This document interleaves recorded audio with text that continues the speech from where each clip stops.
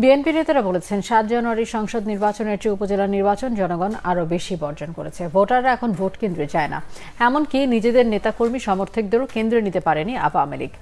এদিকে রাজধানীতে শুক্র ও শনিবারের সমাবেশ নিয়ে ডিএমপি কার্যালয়ে পুলিশ কর্মকর্তাদের সঙ্গে বৈঠক করেছে বিএনপির একটি প্রতিনিধি দল।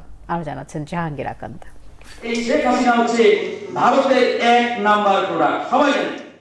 ঢাকা রিপোর্টার্স ইউনিটিতে আলোচনা সভা করে গণ অধিকার পরিষদ।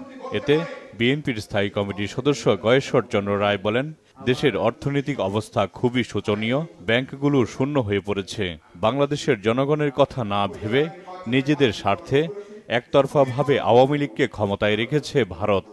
বাংলাদেশের যে সরকার মেড বাই ইন্ডিয়া বা মেড ইন ইন্ডিয়া, এই পণ্যটা বর্জনটা অতি জরুরি।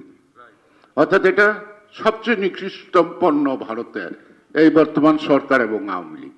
এই পণ্যটা যদি সঠিকভাবে বর্জন করতে পারি, বাকি পণ্যগুলি কিন্তু এমনি এমনি চলে যাবে, কারণ মানুষের সচেতনতা বোধ বাড়ছে।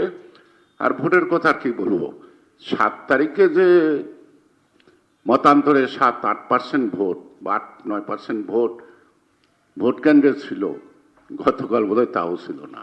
ভোটাররা একেবারে জন্মের মতো আগ্রহ ত্যাগ করছে, ভোট জিনিস নাই, ভোটাররা ভোট কেন্দ্রে যায় না, যাবে না। সবচেয়ে যোগ্যজনক হলো ওরা নিজেদের ভোটারদেরই কেন্দ্রে নিতে পারেনি, অর্থাৎ আওয়ামী লীগে যারা বলছে তাদের কি কেন্দ্র নিতে পারে না। এদিকে শুক্রবার ঢাকা মহানগর উত্তর ও দক্ষিণ বিএনপি এবং শনিবার জাতীয়তাবাদী যুব দলের নয়াপল্টনের কেন্দ্রীয় কার্যালয়ের সামনে সমাবেশের বিষয়ে কথা বলতে ডিএমপি কমিশনারের কার্যালয়ে যান বিএনপির একটি প্রতিনিধি দল। কথা বলেন মহানগর পুলিশের শীর্ষ কর্মকর্তাদের সাথে। তারা তাদের প্রোগ্রামের ব্যাপারে বলেছেন যে তারা এই প্রোগ্রাম করতে চান, নিরাপত্তা চান, সহযোগিতা চান।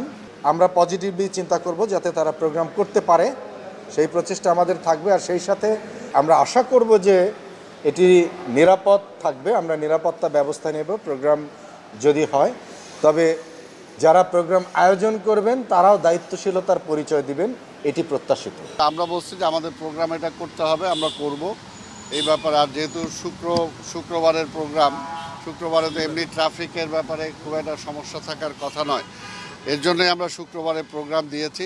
সেই বিষয়টা আমরা আলোচনা করেছি, তাদের দিক থেকে সমস্যা নাই, তারা বলছে আমরা পজিটিভ। এদিকে বিশ্ব মা দিবসকে সামনে রেখে নয়াপল্টনের কেন্দ্রীয় কার্যালয়ের সামনে থেকে আশপাশের এলাকায় পোস্টার উন্মোচনের আনুষ্ঠানিক উদ্বোধন করেন বিএনপির সিনিয়র যুগ্ম মহাসচিব রুহুল কবির রিজভী। জাহাঙ্গীর আকান্ত, বাংলা ভিশন, ঢাকা।